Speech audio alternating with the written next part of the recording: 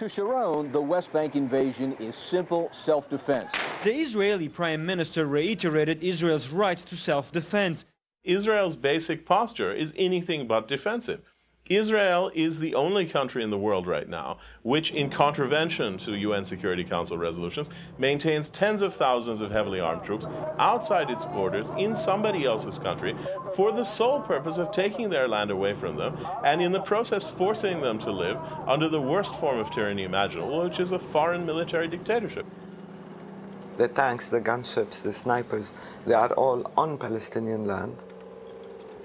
And I don't see why they have to protect themselves on our land if they're occupying our land. That context is always missing. A crowd throwing stones and homemade stun grenades at the soldiers. The troops opening fire, killing 2 Palestinians and injuring... So even when Israel is busy murdering people in cold blood, it is always presented as part of the self-defense mechanism of Israel. When Israel in the occupied territories now claim that they have to defend themselves, they are defending themselves in the sense that any military occupier has to defend itself against the population they're crushing. Prime Minister Ariel Sharon justified the siege as self-defense. You can't defend yourselves when you're militarily occupying somebody else's land. That's not defense. Call it what you like, it's not defense.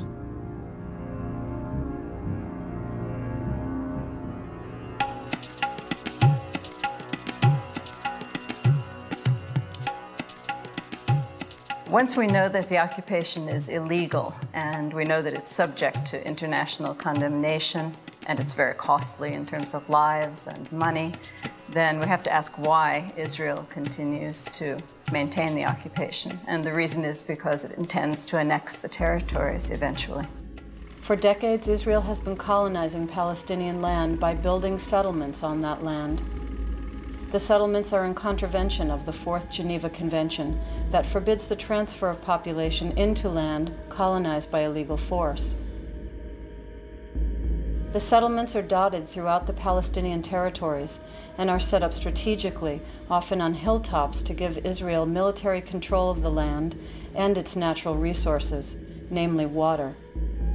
The settlements, together with the surrounding land that they have expropriated, control over 40% of the West Bank and Gaza Strip. The Israeli settlements are Jewish-only settlements, and they are linked together by a network of bypass roads that carve up the West Bank, restricting Palestinians' freedom of movement, and that simultaneously link the settlements to Israel proper.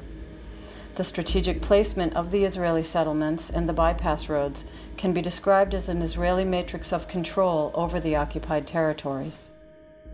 The purpose of the settlements, the purpose of the bypass roads is, in the end, to create a web of control that will make Israel a permanent possessor of the territory, and the rights and interests and concerns of the indigenous people of the land, the Palestinians, the big majority, are not of interest here.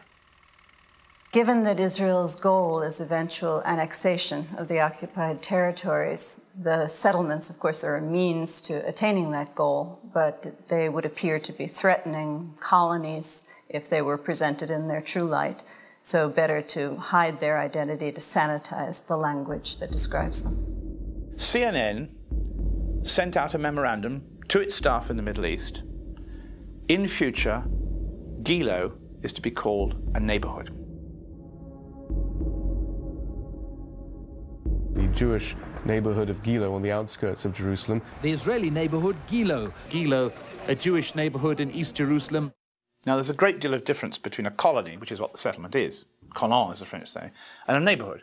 A settlement, an Israeli settlement, is built for Jews and Jews only on Arab land, and it's illegal, against international law. A neighborhood is just a nice, friendly place. This is southern Jerusalem, a quiet neighborhood. And while the only thing beating down on me right now is the rain, bullets frequently rain in this area, which is the reason those Israeli tanks are right back there.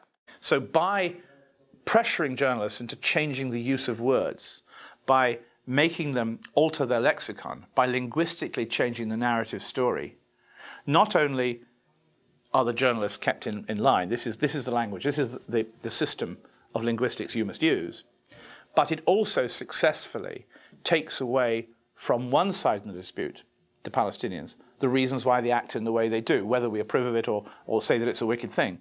When we look at the British press, which remains pretty independent of the Israeli public relations machine, you get a very different story about the settlements. They emphasize both the illegality and their vital importance in the conflict. They look like ordinary Israeli neighborhoods, suburban, modern and comfortable. But the Jewish settlements in the occupied West Bank and Gaza Strip are now the key issue in the conflict between the Palestinians and the Israelis.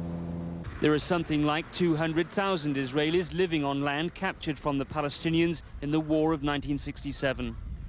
The government knows it's under intense pressure to stop expanding the settlements, which are illegal under international law. But the people left with no choice are the Palestinians. They see every new Israeli building on occupied land as a gross violation of their sovereignty, and they insist that the Israelis must stop all building. In contrast to British coverage, in American news coverage, the settlements are downplayed, and questions regarding their legality are rarely raised. In fact, there are times when they're flat out legitimized and defended. Israeli settlements are so interspersed throughout Palestinian territory that a border around them all would be too long to defend. And evacuating Jewish settlements, even those deep inside the territories, is politically impossible, at least for now. What American reports tend to obscure is the fact that the Israeli government has promoted the settlements as part of a strategy. The right is in government and armed with bulldozers, expanding in the West Bank and Gaza, staking a claim to the land, making space for new immigrants whose numbers are meant to counter the fast-growing Arab population. The insertion of a large Israeli population in certain areas gives the Israeli government a rationalization for refusing to relinquish control, and to give Israel an argument that this part of the occupied territories has become so Israeli, has so many Jews living in it, that it simply has to be annexed to the state of Israel. Which is why you can see East Jerusalem completely ringed by a pattern of heavily fortified Israeli settlements designed to cut East Jerusalem off from the rest of the West Bank for the permanent domination and eventual annexation of, at the very least, key areas, if not, in the end, the whole thing.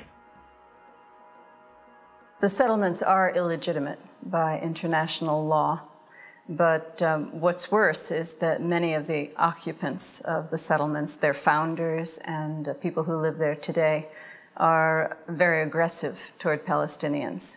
They go around fully armed, submachine guns, they carry grenades, and they frequently threaten Palestinians. In Hebron, settlers initiated more clashes. They say they're tired of coming under attack. But their communities are illegal under international law. They set fire to Palestinian fields, smashed cars and vandalized shops. And all this during what's still being called officially a ceasefire. Settlers have vowed to intensify protests against the ceasefire. They want Ariel Sharon to hit back. Some of them have already carried out their own vigilante attacks on Arab villages.